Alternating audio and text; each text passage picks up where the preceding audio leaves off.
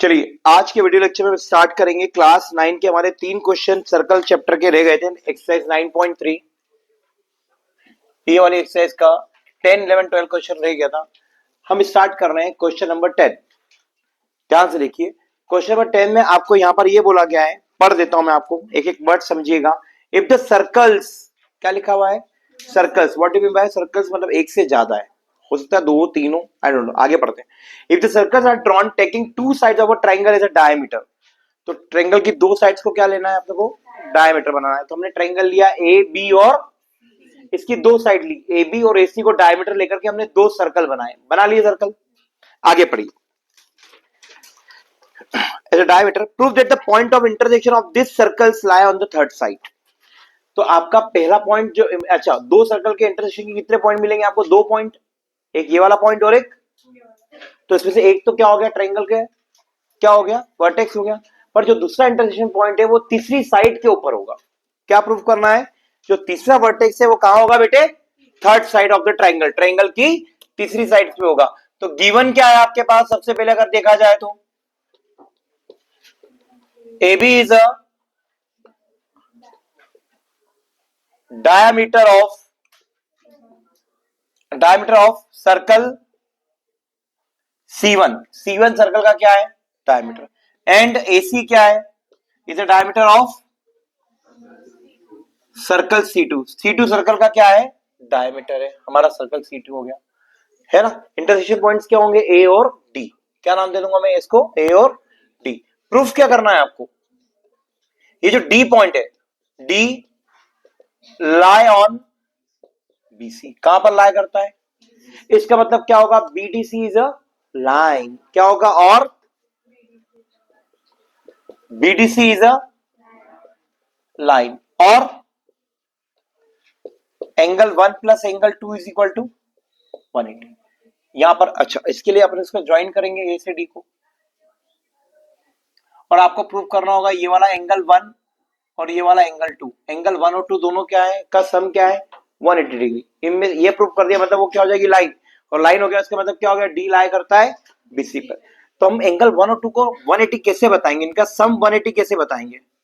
क्या लिख दोगे? लीनियर पेयर से लिख दोगे क्या? Angle 1 plus angle 2 equal 180 degree by linear pair angle. नहीं, क्यों नहीं लिख सकते हैं? क्योंकि BDC हमको लाइन दी थोड़ी ना है, वो तो प्रूफ करना है। तो हम लीनियर पेयर वाली प्रॉपर्टी यहां पर यूज।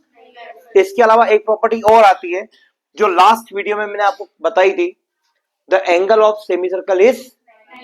तो ये आपका डायमीटर है AB, तो ये C1 सर्कल का आधा होगा कि नहीं?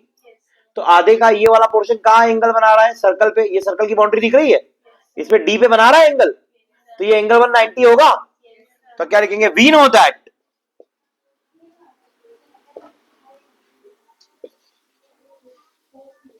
Angle of semi circle is 90 degree.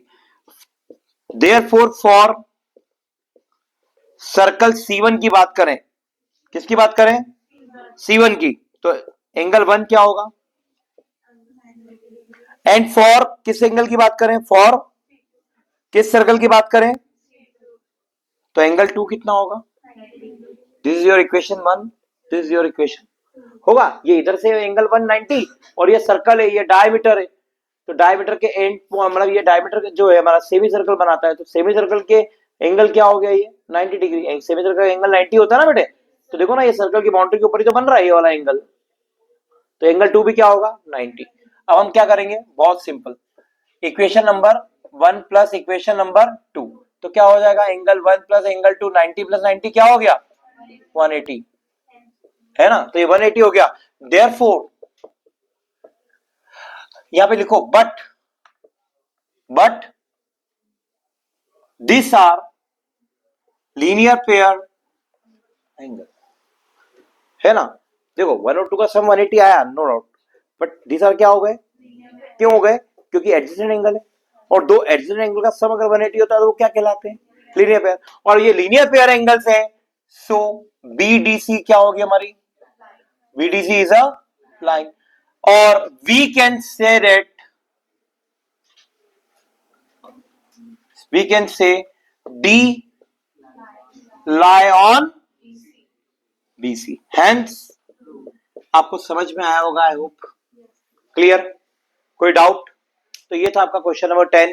Question number 11 की तरफ आगे बढ़ते हैं, उससे पहले आप इसको कॉपी कर लीजिए। नेक्स्ट क्वेश्चन में आपको ये बोला गया है बेटे, क्वेश्चन नंबर 11 में क्या है कि अगर आपके दो ट्रायंगल है, ट्रायंगल एबीसी एंड एडीसी, कितने ट्रायंगल है? दो, और दोनों राइट एंगल ट्रायंगल है। क्या है? और राइट एंगल ट्रायंगल का हाइपोटेन्यूज क्या है? दोनों का कॉमन एसी। क्या है? Common AC. तो पहले आप क्या बना लीजिए, बहुत सिंपल सा, पहले आप ट्रायंगल एबीसी बना लीजिए। क्या बना लीजिए? आपको बता दिया कि आपका एसी जो है वो क्या है? हाइपोटेन्यूज। तो एंगल बी 90 डिग्री होगा। अब इसी एसी को हमने क्या ले लिया? अगेन हाइपोटेन्यूज लिया, लेकिन किसी दूसरे ट्रायंगल का। तो यहां से ऐसा कुछ बनेगा क्या? एक मिनट तो सीधा बना लो, कंफ्यूजन ना हो जाए।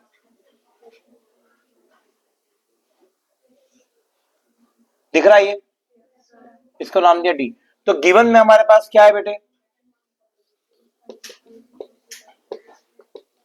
Triangle ABC and triangle ADC both are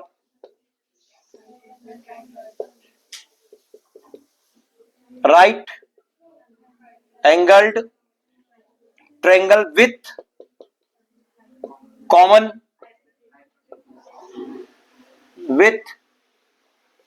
hypotenuse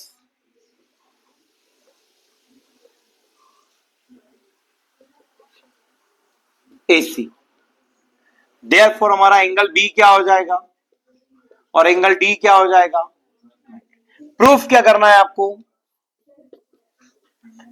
angle CAD is equal to angle CBD। ध्यान से देखिए, CAD और CBD तो बनाना पड़ेगा आपको। ये वाला एंगल जो है वो इस वाले एंगल के इक्वल होगा, ये आपको क्या करना है? प्रूफ करना है। बहुत बहुत सिंपल क्वेश्चन। क्या बताएंगे? In quadrilateral A B C D बन रहा है, एबीसीडी क्वाड्रिलेटरल आपका। एंगल बी को हमने एंगल डी में ऐड किया तो क्या आ गया? और जब किसी क्वाड्रिलेटरल के अंदर अपोजिट एंगल का सम क्या होता है? तो therefore we can say that A B C D is a cyclic. कोई डाउट है तो बताइए। हो गया साइक्लिक क्वाड्रिलेटरल? ठीक है। इसका मतलब क्या होगा कि कहीं ना कहीं यहां से होकर के क्या होगा? एक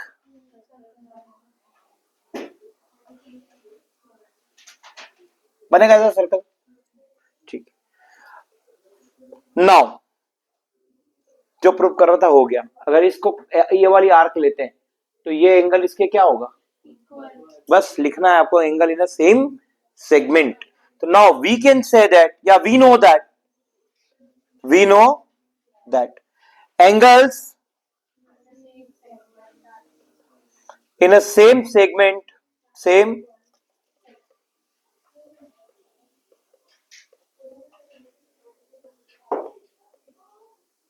आर इक्वल। देयरफॉर ये वाला एंगल सीडी जो होगा वो इक्वल हो जाएगा सीबीडी के। हेंस आया कि नहीं आया सर? कीजिए कॉपी इसको। चलिए स्टार्ट करते हैं। Last question of this chapter, question number 12। बहुत बहुत सिंपल क्वेश्चन कि proof that a cyclic parallelogram is a rectangle. क्या प्रूफ करना है? कि एक साइक्लिक पैरेललोग्राम है वो क्या होगा? रेक्टेंगल होगा। क्या होगा? तो अगर प्रूफ करना है कि रेक्टेंगल होगा तो हम बनाएंगे भी क्या? रेक्टेंगल।